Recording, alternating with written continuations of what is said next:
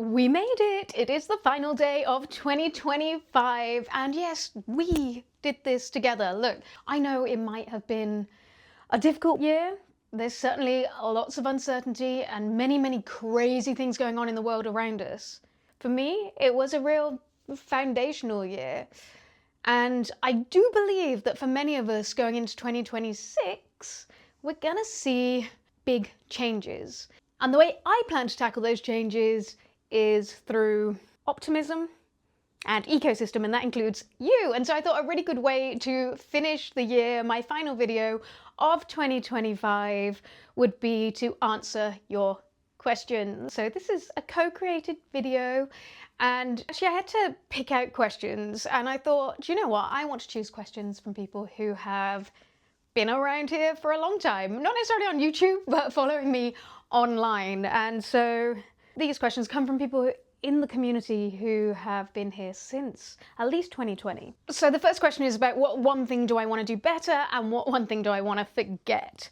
One thing I really want to do better in 2026 is sharpen my voice and get it heard by more people. So really telling better stories, telling stories on bigger platforms, being more creative, more refined, more nuanced, and more impactful. And of course, it's really easy to say that. I want to talk first of all a little bit about the motivation behind that, because of course all of us might sit here and be like, well, we want more people to listen to what we have to say and blah, blah, blah. One of the things I've noticed over the last few years in particular is we're seeing a lot of polarized opinions online, a lot of hatred, a lot of kind of at best like AI slop. What we are really missing in many cases, and this doesn't go for everyone because I actually love a lot of the people that I watch and I listen to online, but I do think there needs to be more nuanced conversation, more dynamic, more smart, and in the fields that I work in business, in technology, in innovation, because this world is changing and those things are really changing, really taking over. But the business world, I think, is changing quite rapidly as well. So in order to tell better stories, what have I got to do? I've got to maintain the space I've created for storytelling, for researching, for getting out in the community and talking to people. It's really important to me to set some guardrails that allow that creative time that's purely focused on refining and using my voice. I'm already fairly well integrated into the ecosystem, but I certainly want to be having more conversations. There's some people I really respect that are already part of my ecosystem, and I do get to see them sometimes, but I would love to see them more. And so that's definitely going to be a big job when it comes to creating this space. I've got a few opportunities coming up in terms of work, which are going to allow me to have a bigger stage, have more people to talk to. There's certainly more work I want to do on refining how I tell stories, or rather how I communicate, and making it more interesting, more engaging. Always, that's what I'm trying to do. And I can't talk about these right now, but I have just picked up projects with two globally respected organizations. Actually, neither of them are businesses. They are both organizations that represent multiple nations, and I want to make sure that I use those projects really effectively to, again, increase my knowledge, increase my understanding, widen my networks, develop my skills even further, and keep me right up to date in the technology space, in the innovation space, in the startup space. And of course, in order to do all of that, I have actually got to stay well, or well enough. And so that's something that is a forever battle for me. And it is so helpful for me to have these positive goals that I'm working towards that helps me to stay well. I need that kind of mental stimulation, and I need that job satisfaction in order to be well. Okay, what's the one thing I want to forget? Well, there's probably quite a few things I want to forget, but maybe these two things come together. I don't know. I'm struggling to fit it into one. I had a particularly challenging time over the beginning of the summer, and I was very, very anxious, and it came off the back of a meeting where I just faced this kind of patriarchy and misogyny that I hadn't faced in quite a long time. And honestly, it woke me up. So it was overall, it was a really positive thing. But I definitely want to leave that period of time, that anxiety behind. And really what it's helped me to see, and so linking that to what do I actually want to forget, trying to be validated by people that I don't even respect. Because if I go into a room and I give my best self, I get two very different responses depending on who the other people are in that room. And like I said, I've been very lucky that over the last few years, most of the responses I've got have been collaborative and encouraging, and they're motivating. And this was like a big old wall put up. And actually, maybe now it's time to tell the story.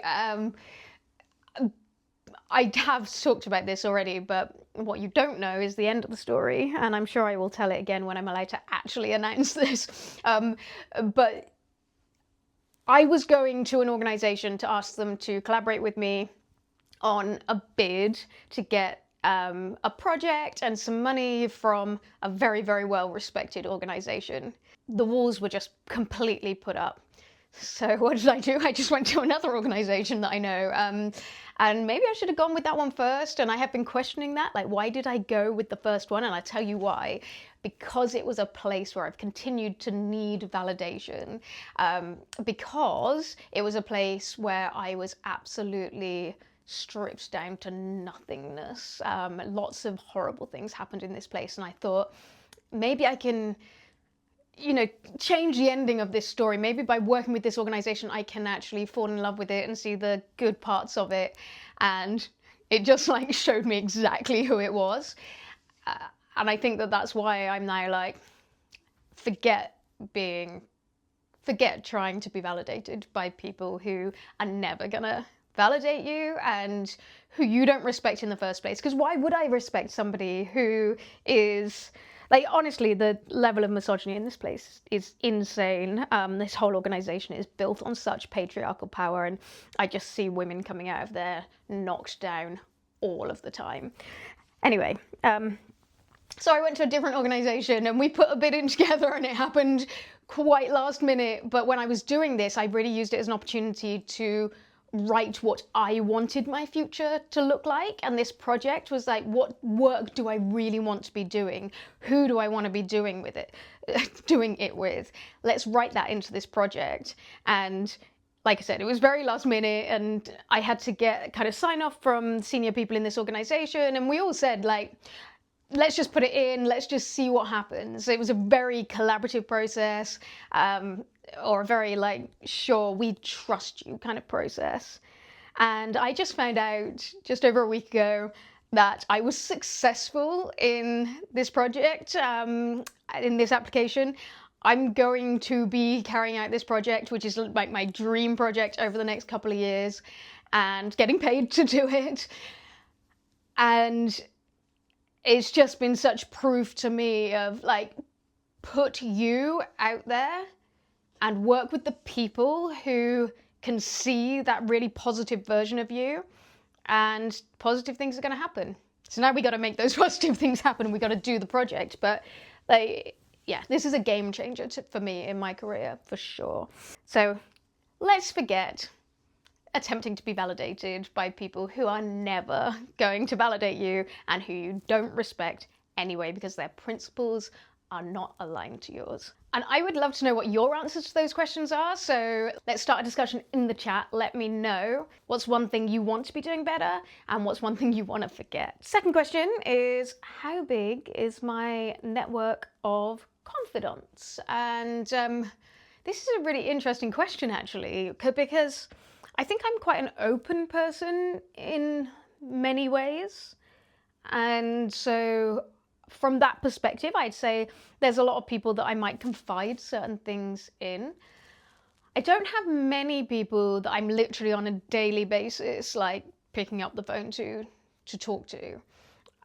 Having said that, and this is something, again, I want to nurture more going into 2026. I do have an amazing group of people, lots of individuals, not like one group, but people who I know through work, people in my family, people who I know through gymnastics and sports. There's many, many people that I trust, that I respect, I consider myself to be good friends with, and if they needed to pick up the phone, they should, they can. And if I needed something, actually I realized that I have many people. I don't necessarily go to them all that often, but I have many, many people. Do they overlap? Not massively, no. I mean, I don't know if it's a neurodivergent thing, it's sort of an introverted thing. I'm much better one-to-one than one-to-many.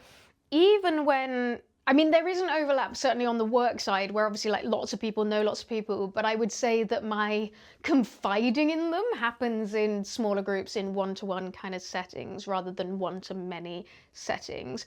But one thing I have found is it often is the people I get on with best are the people who I kind of have multiple things in common with, and I guess this is really, really normal. So for example, if I meet somebody in gymnastics or at the pole center or in the gym who is also doing something related to business or tech, then obviously we have more things to click around. And I would say I've met somebody this year who I've had some really positive experiences with.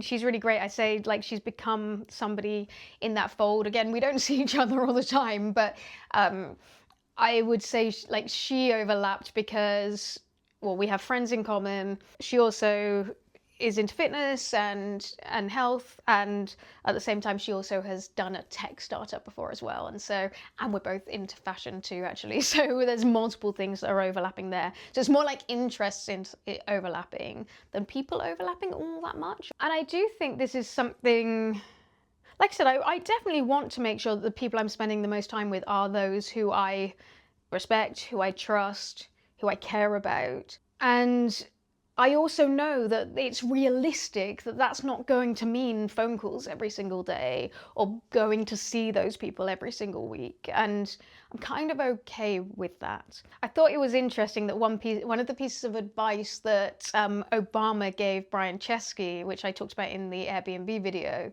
was about who are those kind of 15 people around you that you can pick up the phone to who know you really, really well, and could you just pick up the phone to them straight away? And I probably do have about 15, 20 people around me who I could pick up the phone to, but would I? I definitely like to sort of go inwards initially to work on things and then go outwards. And so, yeah, maybe once my foundations feel strong, if I feel healthy enough, then that going out there and speaking to those people and spending more time with those people would be a really positive thing. That's question 2. Next question, what has been my biggest lesson learned from competitive sports? For those of you who don't know, I compete in an amateur way in gymnastics, and I've competed in gymnastics since I was a child, apart from some gaps along the way. Funnily enough, I actually haven't done gymnastics for 4 months now, and I haven't missed it one bit, which is interesting, but I won't totally go into that right now. The last time I competed was about 5-6 months ago, and I mean, I could just tell you all the generic stuff like discipline and goal setting and everything else, but I think it's more about what it tells you about yourself that is important. Because for me, what I know about myself from competitive sport is I've learned that feeling of such immense satisfaction of when you set a goal or you work towards a performance and you get to perform, and those things that you've achieved come to fruition. Some of my most amazing moments in my life have been the first time I went to the British Championships and I won in my category in the Adult British Championships. When I was selected to represent the team at the Masters World Cup in Boston, like these were such amazing big moments and things that like the little child version of me would never have thought I could have achieved. And that really just that came about because I was showing up every single day, every single week, and loving the training, like going and enjoying the training, but working towards something that was a performance and then going out and performing. And that's something that I want to replicate more in my working life, and I've managed to do more in my working life more recently. And when I say performance, that might not mean going on stage or doing a talk, although I do want to be doing more of that. What it might mean is preparing to make a YouTube video and making that video, and that satisfaction is something that's really motivating for me, gives me extra energy for the rest of my work. But in addition, and something I've really learned this year specifically, is how important quality is. Not necessarily high levels of difficulty, but quality. Because this year I've been injured, various other things have happened, and I really have felt down about gymnastics. It wasn't giving me that satisfaction because the reality is I couldn't train with the quality that I wanted to do. I've still been moving my body, and I've still been really enjoying moving my body in different ways, in ways that aren't harming me. But actually I found that when I was doing gymnastics, it was really draining me. And so overall, that's not who I want to be. I don't want to be sloppy. And if I show up in gymnastics and can't be all out there, can't put a good performance on, I'm being a version of myself that I don't like, I don't resonate with, and I don't want that to then infect the rest of the things that I do, which it was starting to do. And so that's been an interesting lesson for me this year as well. It matters to have a degree of quality. That might mean different things to different people, probably means different things for me in different scenarios, and that's what matters to me. I'd love to know if you do sports, let me know, and what kind of impact does that have on you and the rest of your life? Final question, what's the business impact from my mentors, and do they change over time? The interesting thing is I have not had many formal mentors, and because I've been in and out of the workplace and I've never really had corporate jobs, I haven't had access to mentors all of the time, or not, certainly not in a more formal way. I think it's one of the disadvantages of working for yourself and being a little bit more isolated. But I definitely have had people who have both formally and informally mentored me. My first formal mentor was just before I started as CEO in my first company, and she looked at the world so differently from me. And that was incredibly valuable. And she was very different to a lot of people that I worked with. She didn't have that she didn't come from an academic background. She came very much from a sales, from a business background, but we had some overlap as well. And I think that gave me a lot more confidence and allowed me to see things with a wider perspective. I also loved that with her, we tapped into some woo-woo things. I think she got me the first copy of Universe Has Got Your Back. And honestly, I find spiritual practices incredibly helpful. And I find that thinking about things from a wider perspective and having that expansive mindset is incredibly helpful. I don't always literally believe in certain spiritual things, but I really do find that there is a value in having faith. Another person who's definitely mentored me is a person who was the chair of my company, and then I've worked with ever since I left my first business. He's been an amazing mentor, walked the path before I did, and with him it's been a case of really feeling supported along the way, feeling like I could make the right decision because there was a safety net. That's incredibly important and helpful as you move through your career. That person, I think a lot of what I've learned is about being able to also see that he does things his way, and that's not necessarily the same way as I do things, and that's okay. And I know that might sound, for some of you, that might sound really obvious, but I do a lot of mirroring, and a lot of my career has been about seeing what other people do and then trying to do the same thing as them. And over the last 5 years, I'm much more carving out who am I. So across the board, in terms of people who've mentored me or coached me, I think it's all about gaining perspective, really, and being able to tap into different aspects of yourself. I haven't largely had kind of sector mentors, and perhaps that's what I'm seeking going into the new year. Great question, you've just made me think about that.